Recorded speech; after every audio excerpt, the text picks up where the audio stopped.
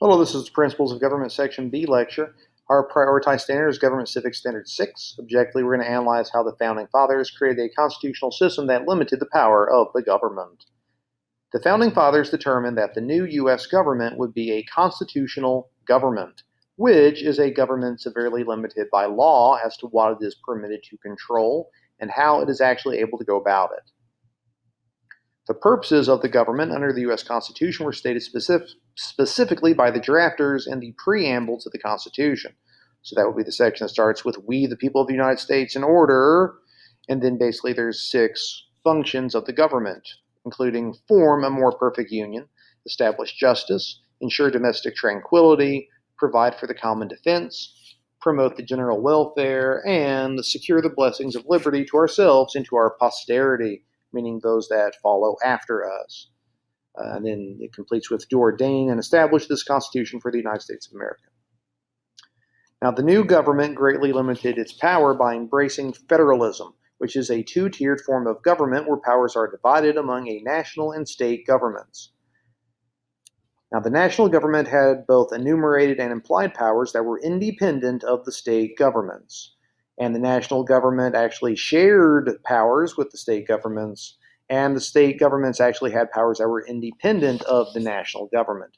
So by reserving powers to the states, this established a basis for groups with a majority within a state, but possibly a minority within the nation, to exercise some degree of local self-government.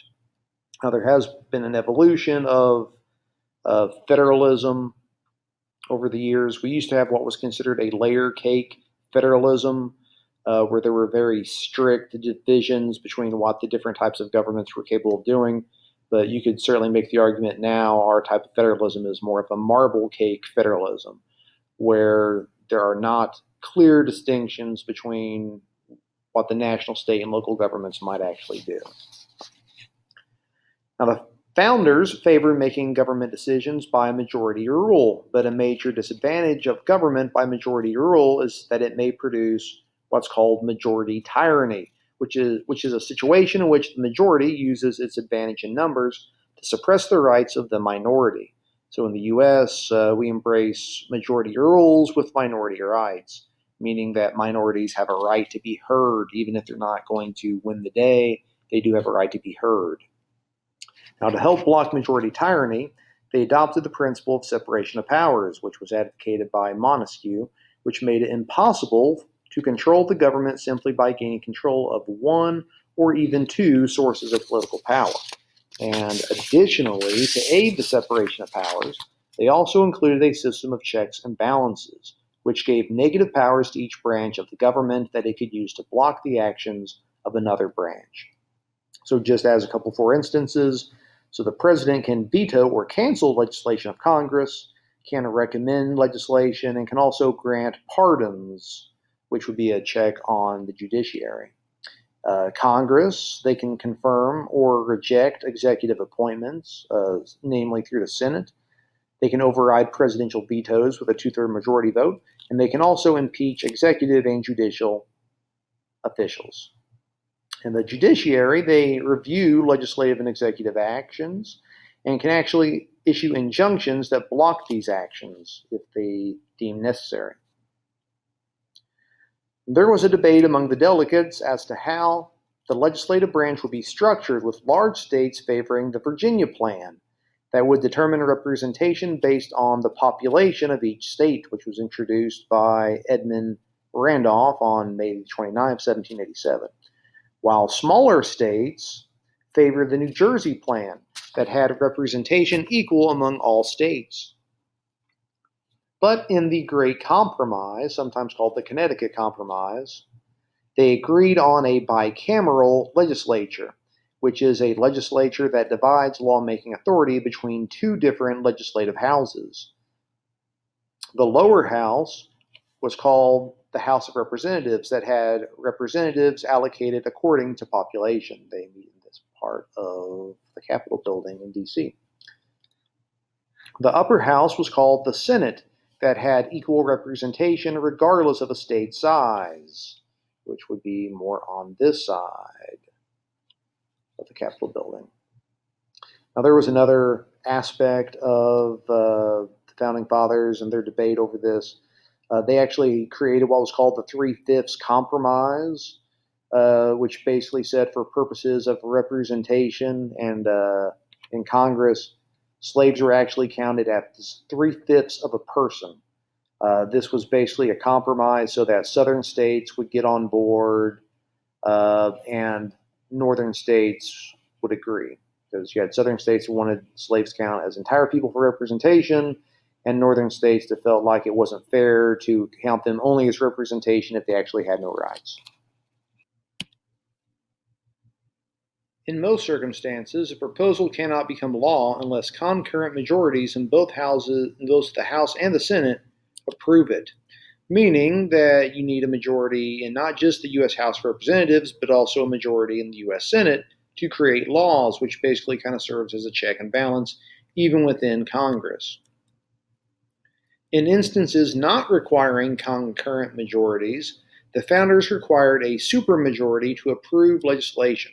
For instance, the Senate, oftentimes, they're responsible for passing treaties or impeaching government officials.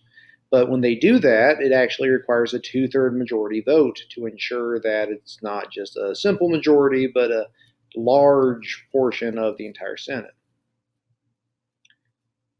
The founders combined concurrent majorities and supermajorities to amend the Constitution or override a presidential veto, meaning you got to have that two-thirds majority vote of both the U.S. House and the U.S. Senate in order to do those types of things.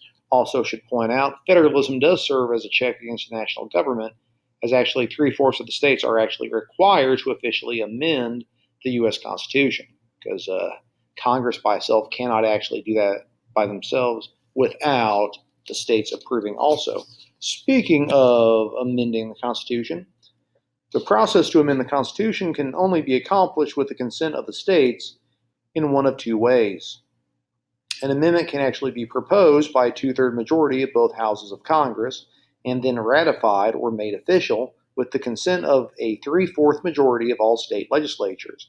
An amendment can also be proposed at a convention that's called by two-thirds of the states and then ratified or made official by a 3/4 of the ratifying conventions in the different states. So there are two different ways you can do it, although this is the path of, I believe, all of the amendments to the Constitution. The founders wrote electoral rules into the Constitution that made it difficult for permanent electoral majorities to form. Under the original provisions of the Constitution, the framers sought to prevent what they called excessive democracy through indirect elections of most government officials, fearing that having government officials being too responsive to the wishes of the majority. So oftentimes we think, oh yeah, we want our officials to really pay attention to what the citizens want. Technically, the Founding Fathers had a different opinion about that altogether. They didn't want too much intervention with or influence of citizens on the government. So while House members are chosen by popular vote, senators were selected by state legislatures.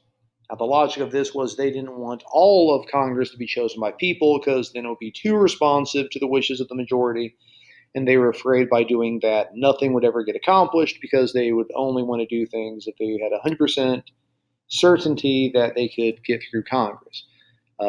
As you might know, the 17th Amendment actually changed this procedure to making it a direct election. You could possibly make the argument that Congress might not work as well because of this change, but some would probably feel like it was a change for the better.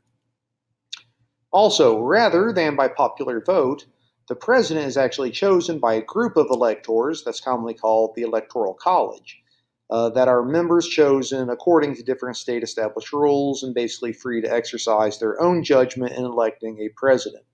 Virtually every state currently will require the different electors in the Electoral College to vote according to a state popular vote. But based on the Constitution, they could vote technically any way they wanted to.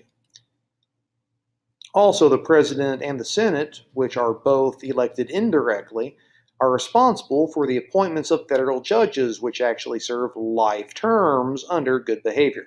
Now, I should point out originally these were both indirect. Now, this one's directly elected, this one's indirect. But based on what the Founding Fathers wanted, that's how that would have been. Fixed terms of office were also established to prevent the creation of permanent electoral majorities. So, unlike many countries, elections are actually going to be on fixed dates in the United States of America. In other countries, they might actually reschedule them, so they might be able to take advantage of favorable circumstances or possibly avoid unfavorable ones. In the US, we have a set finish date. That's when it's going to take place. Also, varied length of terms and staggered elections make it very difficult for a passionate majority to seize control of government in a single election. So, since you pick House members every 2 years, you could see a change here easily. Change of the Senate would take longer. Change of the presidency would take at least 4 years. Change of federal judges could take a long time since they actually have life terms. Also, since elections to Congress are tied to where people live with varying mixes of economic, social, and political interests, it would be very hard for the same group to win a permanent majority. Also, the Founding Fathers also took measures to guarantee other principles within the Constitution, including the rule of law, judicial review, civilian control of the military, and protections of some natural rights of citizens. The Constitution created an independent federal judiciary where all persons, institutions, and entities are equally accountable to obey the law, which is known as the rule of law. And the rule of law actually ensures that laws are equally enforced and assures that government officials act within their authority. The rule of law actually guarantees that no one, regardless of how powerful, is actually above the law. So, kind of this idea that justice is blind and it will do what needs to be done, regardless of who the person might be. Further guaranteeing the independence of the federal judiciary is a power of judicial review. And by judicial review, this is the power to determine the constitutionality of a government action, either a congressional law or some type of presidential action. Now, judicial review gives the courts the final authority over all congressional acts, presidential orders, and also U.S. treaties. Many of the Founding Fathers were actually suspicious of standing militaries that might attempt to use their military force to take over the government, so they instituted civilian control of the military. The president actually serves as the commander-in-chief of the military, which ensures that a civilian is in charge of making military decisions, since the president is not actually a member of the military.